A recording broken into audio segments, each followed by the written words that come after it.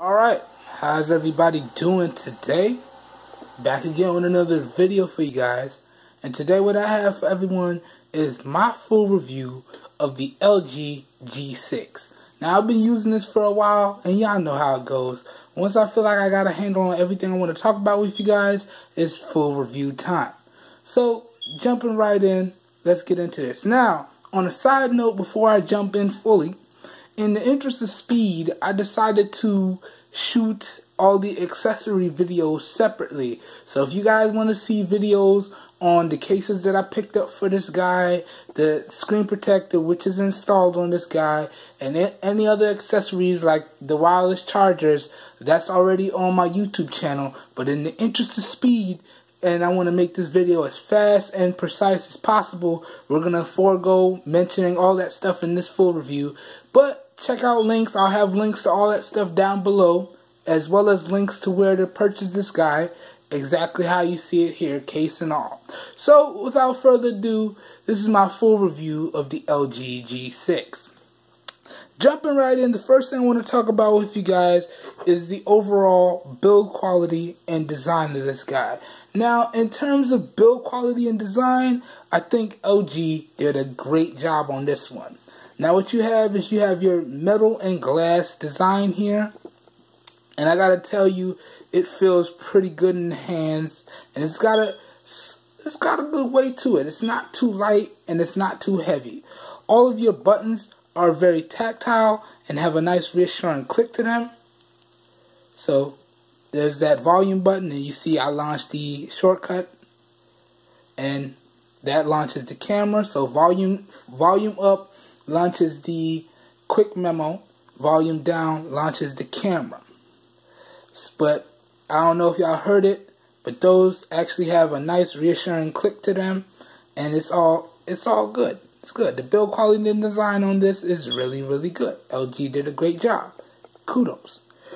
Up next, let's talk about the display. So up front, dead center here, you have a 5.7-inch Quad HD display. This one is a little unique because it has an 18:9 aspect ratio. So what does that mean? That means that when you use your split screen multitasking, you have two perfect squares pretty much. So when we talk about resolutions, that has a resolution of 1440 by 2880. So just so y'all can see the numbers for yourselves, let me go ahead and pull it up here. And y'all can see it right there. And so if you need to know what the screen density is, that's 564 for the screen density. Alright, but all in all, when we put the numbers aside, I have to say in day-to-day usage, LG did a great job on this one. Using it outdoors, it gets really, really bright. Using it indoors, had no problems. Overall, I have to say that this is a very, very good display. So again, LG, good job. And in case you wanted to see it, let me just max it out here. And as you can see, it gets mad bright as it throws the exposure on my camera for a loop. Let's back that back down. But typically, when I'm inside the house, I keep it at around 31%. When I go outdoors, I did find that I did have to crank it a little bit to about 61%. But other than that, I would say it's a great display. So again, good job, LG. Alright.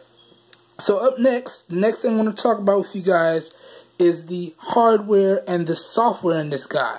So let's start off with the hardware. So hardware-wise, as I said, this guy has a 5.7-inch Quad HD display. Internally, it has a Snapdragon 821 processor and an Adreno 530 GPU. It has 4 gigs of RAM and 32 gigs of onboard storage with micro SD card expansion of up to 256 gigs, I believe they said. And it one downside to that micro SD card expansion is you cannot use your micro SD card as internal storage. Now, although when we jump into the settings here, if you take a quick look, it does show it as combined storage right there. But when you dive into it, you can only format this guy as portable storage. So that is a downside there, but that's kind of how LG has always done it, so it was nothing new, but that's one downside. But you still do have the expandable storage, so you can still store your photos and videos and certain apps, what have you, on the micro SD card. Now, other internals, this guy has a 3300 milliamp hour battery.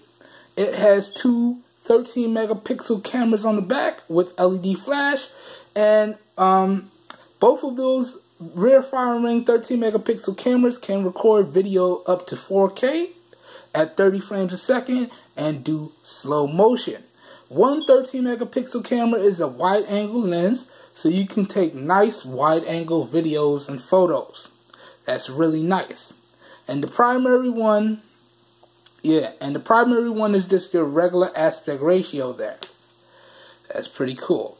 Up front here, we have a 5 megapixel front-facing camera, which can do videos up to 1080p. So that's real nice as well. Not as good as the rear, but gets the job done. Alright, so that pretty much covers the hardware. Oh, almost forgot. Also, this phone is IP68 water and dust resistant. So you can dunk it in water for up to 1.5 meters, so about 3 feet, and you shouldn't have any problems. And yeah, but it's nice to have, but I tell you right now, this phone ain't getting nowhere close to water. So, but still a nice feature to have. So if I'm caught in the rain and it gets some splashes, or I get soaked and the phone gets soaked as well, still gonna work, no issues. So it's nice future proof in there. Also, this guy supports wireless charging. So if you have a Qi wireless charger, you're gonna be able to charge this guy up. Not as quick as fast wireless charging, but you get your normal wireless charging speed. So that's also a nice internal feature there that's built into this guy. So that pretty much covers all of the internals. Now, moving on, let's talk about the software in this guy. Now, software-wise, this guy is running LG Skin on top of Android 7.0 Nougat. And you can see I kind of left it like this and set everything up like this, because out of the box, LG has it set up in the configuration where there's no app drawer. So all of your apps get added to the home screen and you gotta put them in folders. But you can change that, however, if you jump into the settings and go to home screen, you can actually see you can do the home screen without an app drawer. You can do the home screen with an app drawer. You can do the easy home screen. That one's for older people who need the bigger icons and such. Or you can install a third-party launcher. So y'all can see I do have Nova Launcher installed there. But for review purposes, I kept it at that first one. So home screen without app drawer. So all your apps will get added to the home screen. Now as we move further down the line, because y'all know, although this is my full review, I will have multiple follow-up videos, because y'all already know LG as a whole is a pretty good company, but I found that, at least in my experiences, that their products tend to die rather quickly. As I've said in the unboxing, I had an LG Nexus 5X. That one conked out at about the 2 to 3 month mark, and I sent it in for a bunch of repairs, still having issues with it. Ended up getting rid of it. I had a LG Nexus 4. That guy just decided to crack one day and stop working, and that was the end of that. So I'm going to extensively test this LG G6, and we will have multiple follow-up videos aside from the full review here. But again, in terms of software, I have to say the software on this guy is pretty good. And surprisingly, I've had no app slowdowns, no app hiccups, and no app crashes. And I'm actually able to keep a bunch of apps open in the background, but I have to equate that to that 4 gigs of RAM and I guess LG did some good optimizations because it's been fairly smooth and I've had no issues. So software on this guy is really, really good. Now, up next, I just want to highlight some key features. Now, LG has a bunch of features, and I probably won't cover all of them, but I'm going to cover the ones that I use on a daily basis. So, being as this is Android 7.0 Nougat, you do have your multi-screen features. So, if I press and hold, I can launch, or if I dive into the recent apps menu, I can set up split screen with some of these apps, as you can see with the split screen icon there. So I could split screen most of these apps into nice perfect squares. So if I split screen this and pick another app that's supported, so let's split screen that one, and now I got two perfect squares on this guy, and I can resize them and rearrange them and so on and so forth, or I can close one out and maximize one. But also, I can switch back and forth between my recent apps just by tapping the recent apps button. So that's also nice. So if I'm switching back and forth between two apps heavily, and instead of clicking and clicking, I just have to click and click. Just that smoothly. It's actually quite nice. So that's a real good feature there. Also, LG has this feature in the settings where you can add and rearrange your on-screen buttons there. So you can see I have this shortcut to add the the notification drop down there. So that just makes it real easy to get to with one hand. So instead of using two hands to try and swipe it down, that shortcut makes it so I can do that. Also, if I want to go in and add other shortcuts here, you just got to go down and find it. I believe it may be in display, if I remember correctly. It should be in display here. Then you can go and add your shortcut keys. Yes, home buttons. So you can see you could change the background colors. So you got choices between white and black. And if I go back here, or let me just hit OK, I can rearrange the buttons. So if you're used to that Samsung approach, you can put your back button over here.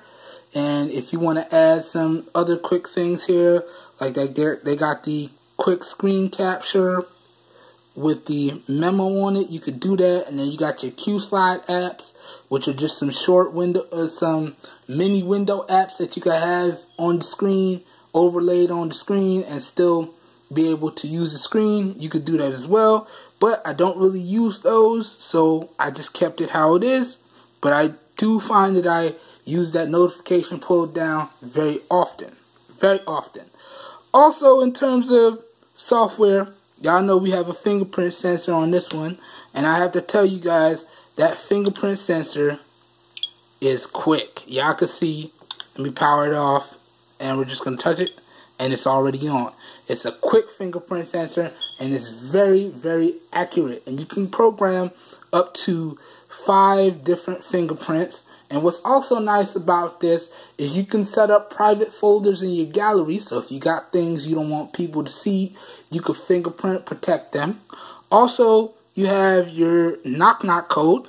So if you want to get in by just tapping on the screen, you can do that as well. And then y'all can see another big one that LG included on the G6 is the always on display. And I found that this feature right here is one of my most favorite features, because then I could see pretty much all of my quick information at a glance. Now, I can't act upon it like something like my Moto X Pure Edition, but pretty much it's good to see. You always have access to the time and the date, and you can see right at a glance what notifications you have. So you get messages, you see missed phone calls, you can see Twitter notifications, you can see Facebook, Instagram, all that good stuff. Now, you can't act upon it, but it's good to see, and it's very, say I'm out on the street or I'm driving and I get a phone call and I can't answer it, I can see that I have a missed phone call, or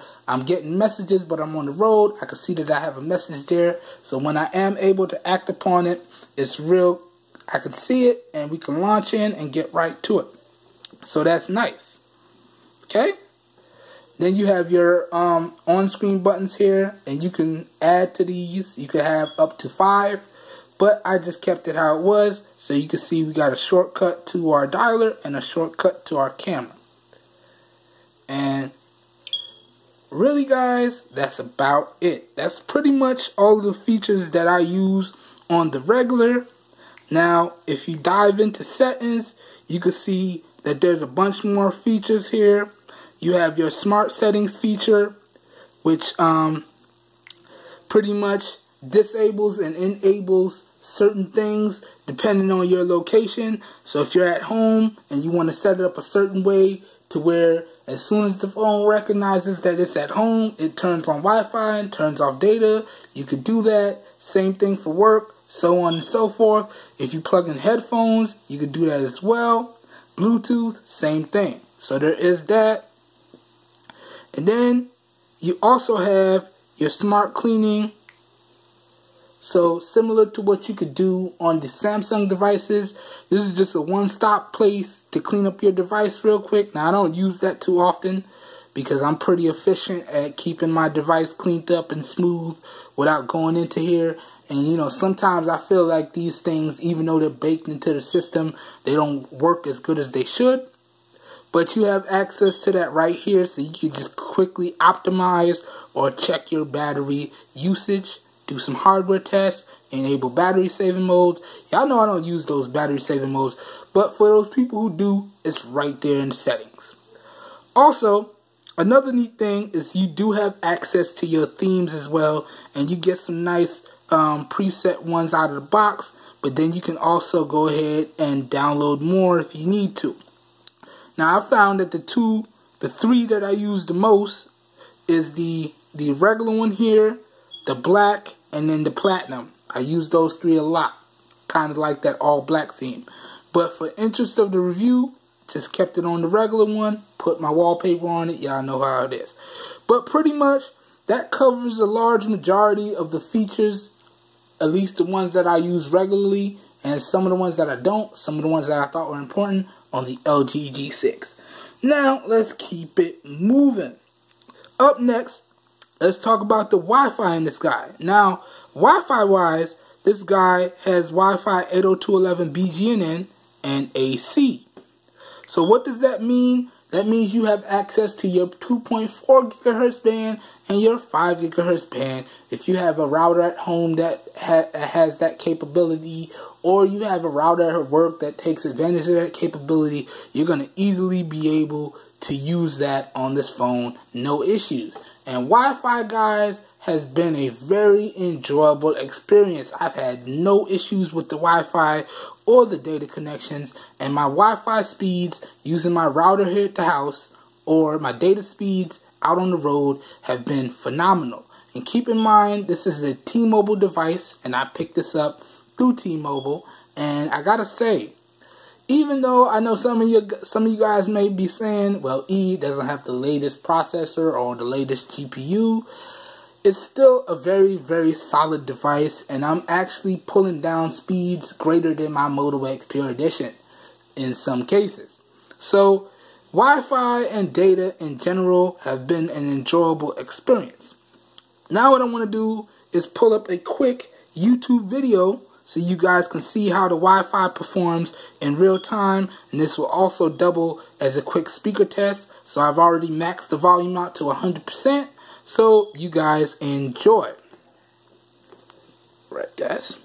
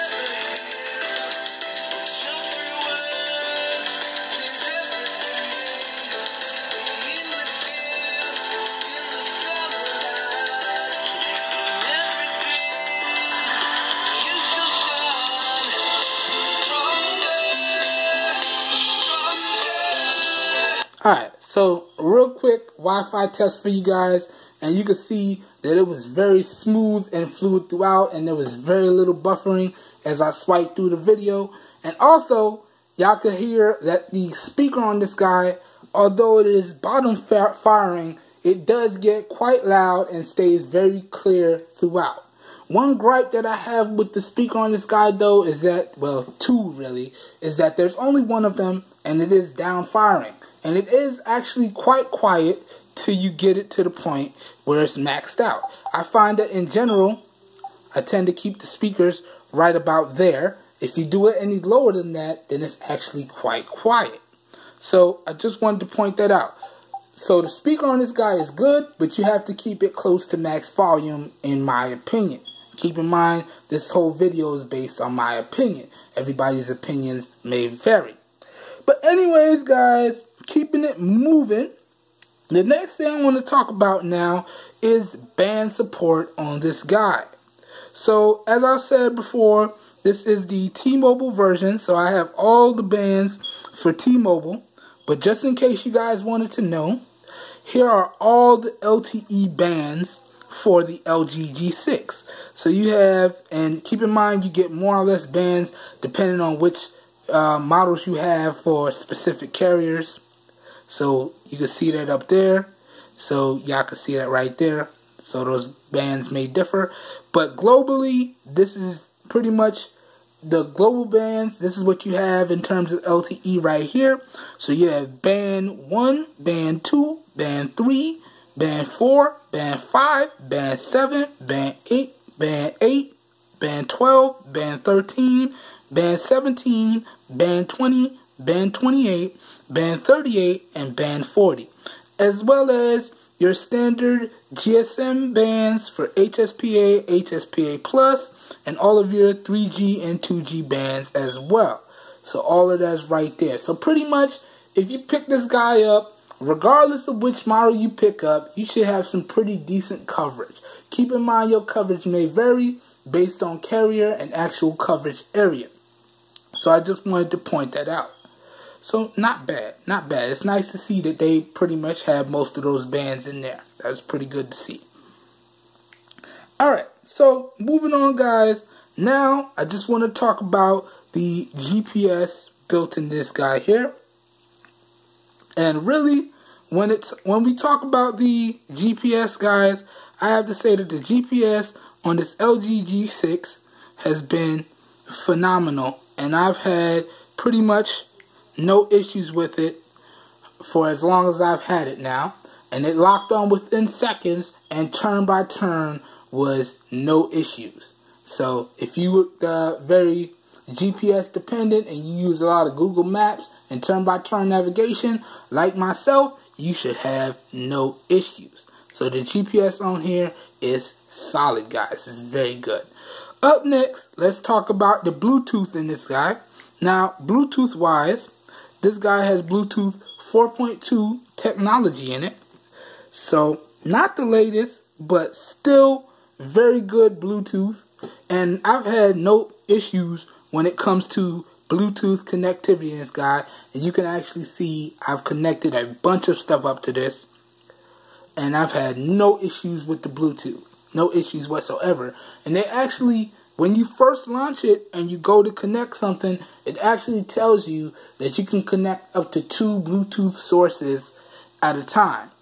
And you know, it works. It works, because I've had multiple headphones connected to just this one guy at a time here. So I think they tried to do that to compete with Samsung, because you know that Samsung has that dual connected feature. But it is what it is. You do what you got to do to stay relevant around here. It is what it is. But all in all, it's some very solid Bluetooth on here, guys. Next I want to talk about with you guys is the overall call quality and speaker call quality. Now, in terms of overall call quality, again, I have this on T-Mobile and I've had no issues. Call quality through the built-in receiver is actually quite good. When I have good coverage, my calls don't drop and everything sounds loud, crisp, and clear throughout. On the speaker, it's much of the same. Although I do wish that the speaker got a little bit louder. And one thing that's nice, I like the fact that LG has incorporated video calling directly into their stock dialer here. Now, I'm not going to show you guys that on camera because I don't want to put some of my family members and friends' contact information on blast, but that's a really, really nice feature. So, good job again, LG. Good job. Now, next, let's keep it moving. Up next, let's talk about the cameras and the camera interface on this G6 here. Now, out of the box, when you first launch it, this is what it's going to look like. And I gotta admit, it's very clean, very simple, and very straightforward. Now, on the rear, as I've said, you have two 13 megapixel cameras. They both can shoot in 4K resolution at 30 frames per second. And they both can do slow motion. Okay? They both can do pro mode, which is nice. So all your features are in this guy here. And I gotta say, in terms of cameras, these are some really, really good cameras. And in terms of the camera interface, as I've said, it's laid out very nicely here. So you got access to all of your quick modes here. So auto mode, square mode, which gives you the nice side-by-side shot and the guide shot there. All that good stuff there in the square mode here. So you can do all that hot stuff, which is nice. I had to forget that notification, y'all. Sorry. Now, I've actually tried it. And if y'all want to see photo samples, please follow me on Google Plus to see those photo samples. And if you want to see video samples, please check out my video samples playlist on YouTube to see those video samples. So you got square mode. Then you got manual photo mode. So you can adjust everything to your heart's content there. And you got manual video mode as well. And y'all know I'm not big into manual video modes and manual photo modes, but I had to try it out.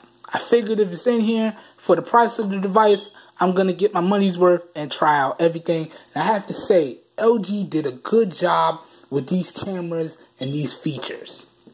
But there it is. So you got your pro mode on video, you got your pro mode on photo. Got all that good stuff here. Got your flash. Got your HDR and all that. Got your filters. All that good stuff is in there. And then if you want to switch to modes, you got your pop-out mode. Got your auto mode. Got your snap mode. Panorama. 360 panorama. Slow motion mode. Time-lapse. And food, of course. For all you guys who like to take them young food selfies. Or foodies. Y'all know who you are. I got a mode for that, so it's all in here. So pretty much, I like it. I like the fact how LG managed to keep. Oops, didn't mean to snap that picture, but there it is. Trying to dive into settings here. There we go. I like the fact that LG kept their camera interface pretty simple and pretty straightforward, but also incorporated a bunch of features into it as well. So you can see. This is for the primary camera, and that is 13 megapixels. But if you want to shoot in with all 13 megapixels, you're going to have to shoot in that 4:3 aspect ratio. If you're going to do that widescreen format, 16:9, you're going to have to bump it down to that 9.7 megapixels. But it is what it is. And there you go. You got your camera roll feature. So what that does is when you snap a picture, it's just going to pop up right there, and you can see the picture that you just recently snapped in a little section of the screen there without taking you out of the composition window. So that's pretty nice. You got your HDR mode, so you can do off, on, auto. Y'all know how it is. Then you got your voice capture modes, so you can say those specific commands to snap pictures. Then you got your steady shot, which I think is a form of software stabilization.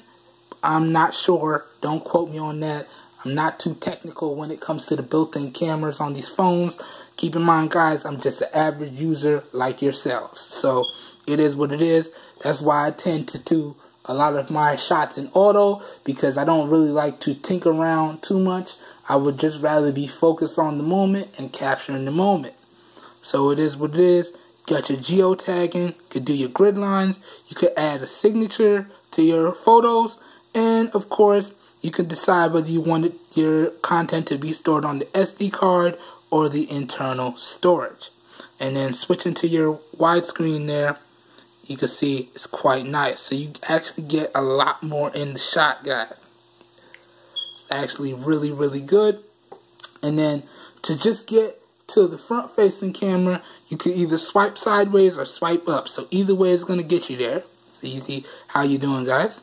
So I swiped sideways, it got me there. I swiped up, it got me back. But if I swipe up again, it's going to take me back there. And again, you get much of the same features with your front-facing camera, except for the fact that you don't have Pro Mode with the front-facing camera for photos or videos. Now, if you click on it, it's going to take you back to the rear. So it would have been nice to see Pro Mode for the front-facing camera, because there are cheaper devices out there that have Pro Modes for the front and the rear-facing camera. So it would have been nice to see that, but it is what it is. They decided not to include